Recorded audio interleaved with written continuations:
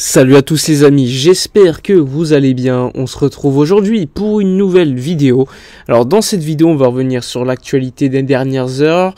Bon, cette semaine, on peut dire que globalement, il n'y a pas eu énormément de faits à part la signature de nouveaux sponsors, notamment l'arrivée d'un sponsor manche qui sera donc filiale de Philips, qui apportera chaque année à peu près 8 à 14 millions chaque année pour le club. Donc ça, c'est une excellente nouvelle pour le Barça qui, comme vous le savez, pour respecter, on va dire, le plan de viabilité et donc y avoir le hockey de la Liga pour être actif sur le mercato, avait besoin de financement, de revenus supplémentaires et de baisser sa masse salariale.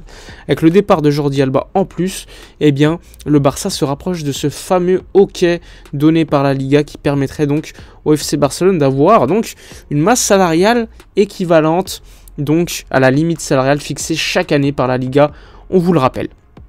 Et donc, un article de Sport est sorti hier de Ferran Correas, donc un journaliste très proche de la direction qui analysait la situation et qui expliquait que le Barça était pas loin de son objectif de 470 millions d'euros de masse salariale. La masse salariale en Espagne, c'est donc là les salaires des joueurs de l'équipe première, de l'équipe B, de toutes les autres sections.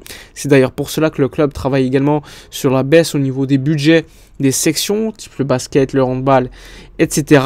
Et donc l'objectif, c'était de baisser de 200 millions d'euros la masse salariale globale, et le Barça serait donc pas très loin de cet objectif fixé à peu près entre 450 millions d'euros et 470 millions d'euros. Donc ça, c'est l'article qui explique cela. Mais pourquoi 470 millions, eh bien parce que la limite salariale serait fixée aux alentours, sachant que l'année prochaine le Barça jouera à Montjuïc et donc moins de revenus du stade.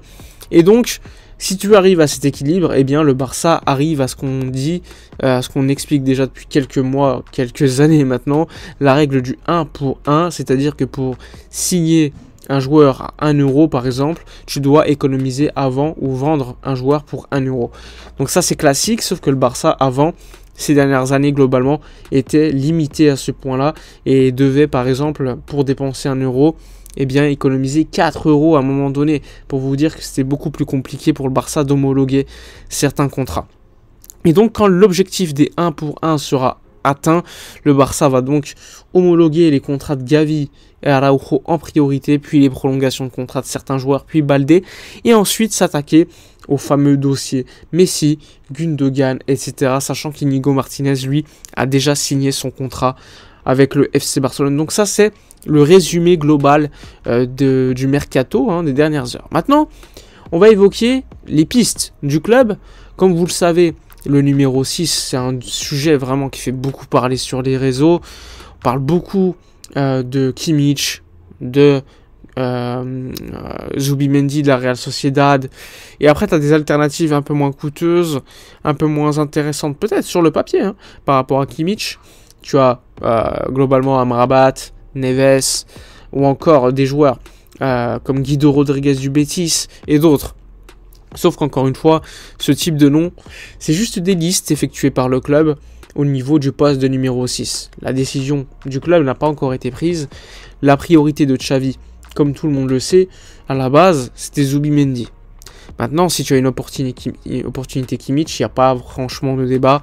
Kimmich serait la piste prioritaire. Mais si on est réaliste, le Bayern aujourd'hui veut absolument garder le joueur allemand, sachant que la seule possibilité, ce serait qu'il demande un départ. Et là, le Bayern serait obligé, sauf s'ils arrivent à le prolonger, puisque l'année prochaine, il sera à 1 an de la fin de son contrat. S'ils veulent vraiment un gros billet, ça sera cet été ou jamais.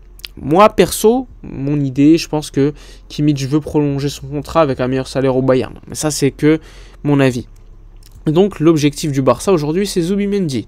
Sachant que le Barça va probablement vendre des joueurs aussi, comme Abdé qui a beaucoup d'offres, qui peut intéresser, le club pourrait le sacrifier entre guillemets. Tu as également d'autres joueurs comme Kessié qui intéressent. Bref, tous ces résumés, je vous les fais en vidéo il y a avant-hier. Maintenant, on peut se poser la question du dispositif, parce que le Barça n'avance pas sur le mercato concrètement. Pourquoi ? Parce qu'il n'y a pas encore eu le hockey de la Liga. Sans hockey de la Liga, pas d'avancée dans le dossier Messi.